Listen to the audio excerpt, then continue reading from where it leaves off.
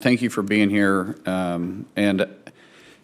This committee has been focused on plastics for quite some time, and as I always like to say, almost a war on plastic.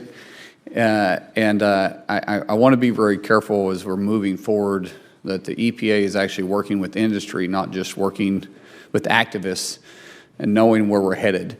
And I do have some concerns because last month the EPA announced 5 more chemicals for prioritization underneath TSCA, all of which use plastics. The chemicals that they're using all goes towards plastics, including vinyl chloride, which is a chemical used for PVC piping. Obviously, that is something I'm very familiar with, and it raises alarms because, I mean, we use PVC piping in almost all your homes now, either through your drainage or your water. Most of our drinking water is delivered through PVC piping.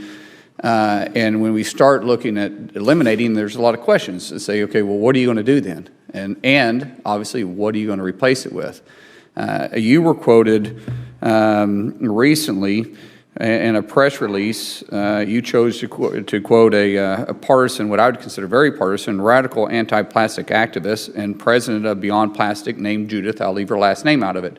In the article, Chairman, I'd like to enter into record from E&E News, December 14th, a quote that Dr. Friedoff credited that meeting with Judith is making a real difference as we move forward to make these decisions.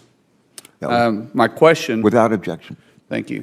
My question, ma'am, is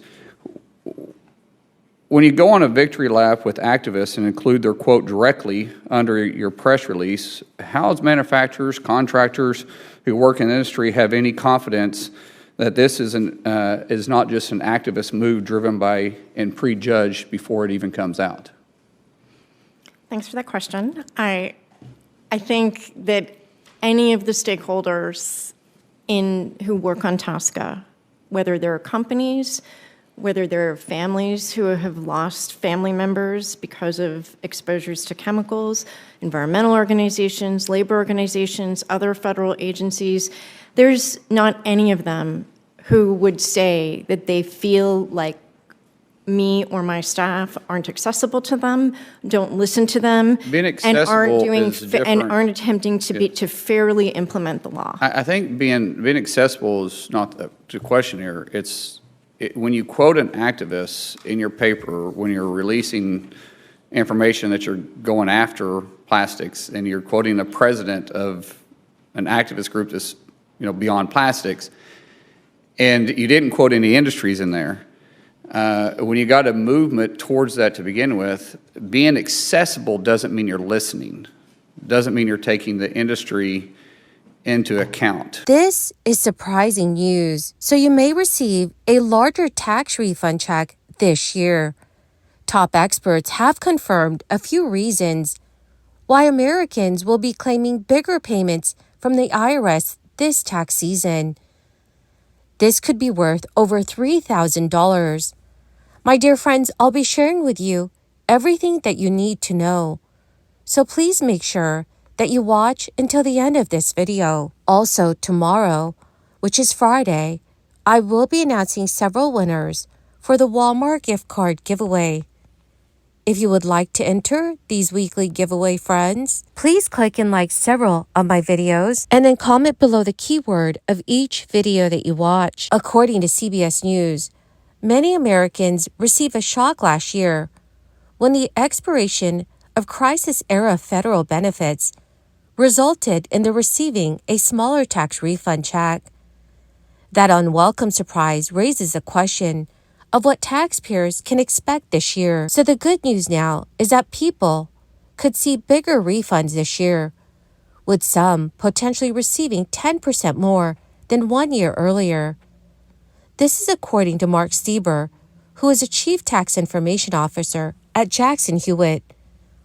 Last year, the average tax refund was $3,167, almost 3% less than the prior year, and this is according to IRS statistics. By comparison, the typical refund check jumped 15.5% to almost $3,300 in 2022, when taxpayers receive generous tax credits like the expanded child tax credit. CBS News has noted that the smaller tax refund in 2023 proved to be bad news for many Americans who were at the same time reeling from high inflation that eroded their purchasing power.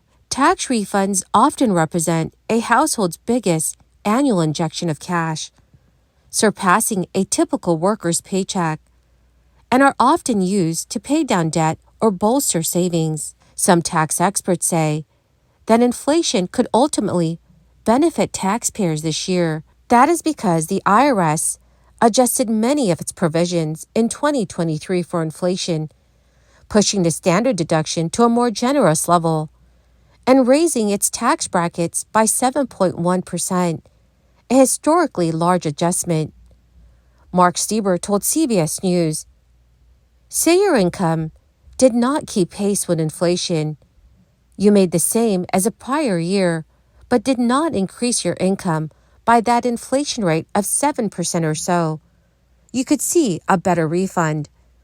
We are predicting a higher refund for those people up to 10%.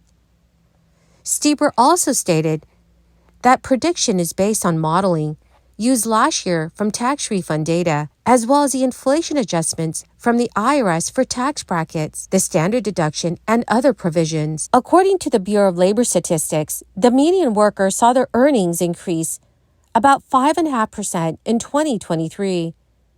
That's below the 7.1% inflation adjustment adopted by the IRS for many tax provisions last year. Mark Stieber also added that a lot of people did not keep pace with inflation. He is predicting that middle and lower income workers are the most likely to see higher refunds this year. CBS News says that one way to check your refund is to plug in your income and other data into a 2024 tax refund calculator. But overall, not everyone will get a bigger tax refund, and more taxpayers may end up owing this year, especially given that more people took on side gigs last year to compensate for higher costs. Homeowners who tapped expanded home energy tax credits might receive a bigger refund, as well as people whose incomes did not keep up with inflation. Another group that could see bigger refunds are low-income families with children. Given an expansion of the Earned Income Tax Credit, the maximum credit for the 2023 tax year is $7,430. That is up from $6,935 the prior year. But Social Security beneficiaries may get hit with higher taxes. That's because the threshold above which retirees must pay their taxes on their Social Security is not adjusted for inflation, remaining at a level that has not changed since 1984. The IRS will kick off the new tax filing season on January 29th, which means that taxpayers will have between that date and April 15th to file their returns. CBS News says that if you need more time, you can request an extension, which gives you until mid-October to file your taxes. Most taxpayers receive their refunds within 21 days. Individuals who file their taxes as soon as possible on January 29th should receive their payments by February 19th. Well, my amazing and most awesome friends, that is the end of my daily stimulus update video for today. My dear friends, thank you so much for being part of this community. This coming Friday, I will be announcing several winners for the Walmart gift card giveaway. If you would like to enter the weekly giveaway, friends, please click and like several of my videos and then comment below the keyword of each video that you watch. The more videos that you comment on, friends, the greater your chances of winning these giveaways.